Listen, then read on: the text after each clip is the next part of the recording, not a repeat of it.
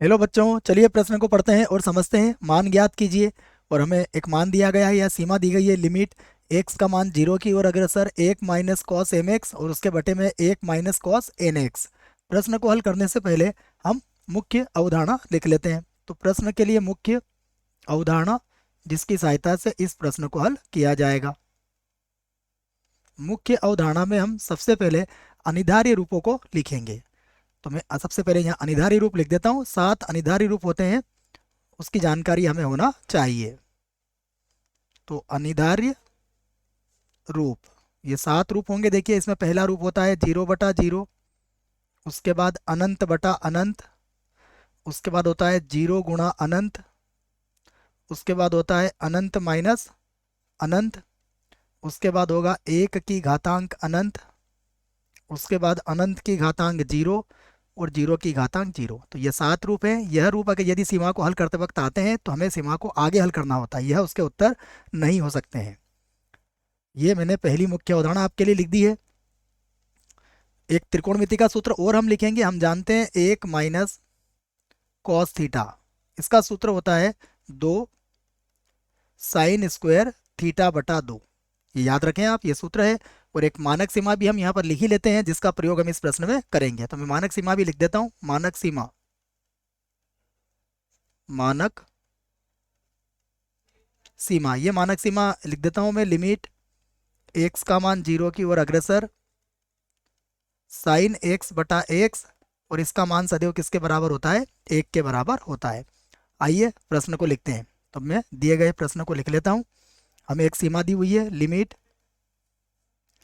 X का मान 0 की ओर अग्रसर 1 माइनस कॉस एम एक्स, और बटे में आ जाएगा 1 माइनस कॉस एन एक्स। ये प्रश्न है, इसको एक बार और लिखेंगे हम। तो लिमिट एक्स का मान 0 की ओर अग्रसर 1 minus cos M X, 1 minus cos N X. ध्यान से देखिए, यदि हम इसमें एक्स का मान 0 रखते हैं तो कॉस 0 का मान 1 होता है। इस आधार पर ये कौन सा रूप बनेगा? ये 0/0 रूप बन जाएगा। इसका अर्थ है हमें सीमा को अब आगे हल करना पड़ेगा। तो अब हम क्या करेंगे? हमने जो सूत्र लिखे हैं उसका प्रयोग यहाँ पर करेंगे। तो लिमिट एक्स का मान 0 की ओर अग्रसर, देखो 1 माइनस कॉस एम एक्स, इस सूत्र का प्रयोग हम यहाँ पर करेंगे। तो ये हो जाएगा 2 साइन स्क्वायर, और ये हो जाएगा एम एक्स, और बटे में आ जाएगा 2। वही बात यहाँ लिखेंगे, ये भी बन जाएगा 2, और ये हो जाएगा साइन स्क्वायर, और ये हो जाएगा एन एक्स बटा 2। ये हम कह सकते हैं कि 2 से 2 तो कट जाएगा। तो मैं यहाँ पर लिख देता हूँ बराबर लगा के। बराबर लिमिट हमारी है एक्स का मान 0 की ओर अग्रसर, यहाँ पर देखिएगा ये है साइन स्क्वायर एम एक्स।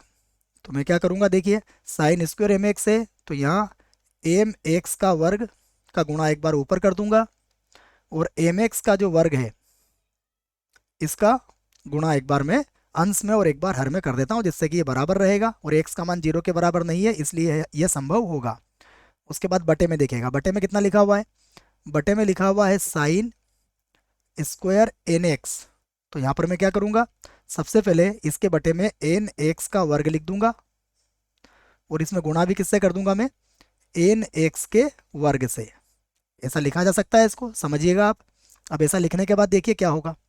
फिर से लिखूंगा मैं, लिमिट एक्स का मान 0 की ओर अग्रसर।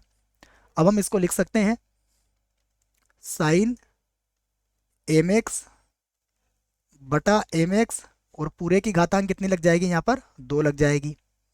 उसके बाद गुणा में देखिएगा, यहाँ पर हो जाएगा एम का वर्ग एक्स का वर्ग, बटे में आ जाएगा एन का वर्ग और एक्स का वर्ग, और गुणा यहाँ पर आ जाएगा 1 बटा, यहाँ पर मैं लिख दूंगा साइन एन एक्स बटा एन एक्स, और पूरे की घातांक कितनी हो जाएगी? 2 हो जाएगी यहाँ पर। अब हम कह सकते हैं कि एक्स के वर्ग से तो एक्स का वर्ग कट जाएगा। और उसके बाद मैं आपको एक सूत्र और दिखा देता हूँ। यह गुणधर्म है सीमा का, कि लिमिट एक्स का मान 0 की जगह कोई भी मान हो सकता है बच्चों, ए की ओर अग्रसर है, और यदि एफ एक्स बटा जी एक्स कोई दो फलन है, तो हम क्या कर सकते हैं, दोनों में अलग अलग सीमा का प्रयोग कर सकते हैं। मतलब इसको हम इस प्रकार से लिख सकते हैं कि लिमिट एक्स का मान 0 की ओर अग्रसर, और यहाँ पर लिख सकता हूँ मैं एफ एक्स, और इसके बटे में लिख सकता हूँ मैं लिमिट एक्स का मान 0 की ओर अग्रसर, और यहाँ पर हो सकता है जी एक्स। ठीक है, बस याद रखिएगा आप, जहाँ जहाँ ये पूरा जमा देता हूँ कि लिमिट एक्स का मान 0 की जगह ए लिख लेता हूँ बच्चों, है ना यहाँ पर, क्योंकि ए ही सही रहेगा, हमने ए लिया है यहाँ पर, तो ए मतलब सभी मानों पर हो जाएगा ये। तो एक्स का मान ए की ओर अग्रसर, जी ऑफ एक्स ये कभी भी हमारा 0 के बराबर नहीं होना चाहिए। तो ये बात आपके समझ में आ गई होगी। यह बात आप याद रखें, इस आधार पर हम अब इसका मान ज्ञात करेंगे। तो आइए इसको अब हल करते हैं। तो ये बात मैंने यहाँ लिख दी है। अब देखिए बराबर, ये होगा लिमिट एक्स का मान 0 की ओर अग्रसर है। अब 0 की ओर अग्रसर है बच्चों, सीमा की आवश्यकता ही नहीं पड़ेगी, तो इसे भी मैं यहाँ से हटा देता हूँ। देखिए, क्योंकि अब हम मानक सीमा का प्रयोग यहाँ पर कर लेंगे। तो देखिए एम एक्स बटा एन एक्स, हमें पता है लिमिट अगर एक्स का मान 0 की ओर अग्रसर है तो ये किसकी ओर अग्रसर हो जाएगा, एम एक्स का मान भी 0 की ओर अग्रसर होगा, अर्थात ये हो जाएगा 1 का वर्ग। उसके बाद गुणा में देखिएगा, यहाँ पर आ जाएगा एम का वर्ग, और बटे में होगा एन का वर्ग, और गुणा 1 बटा यहाँ पर कितना आ जाएगा, यहाँ पर भी आ जाएगा 1 का वर्ग।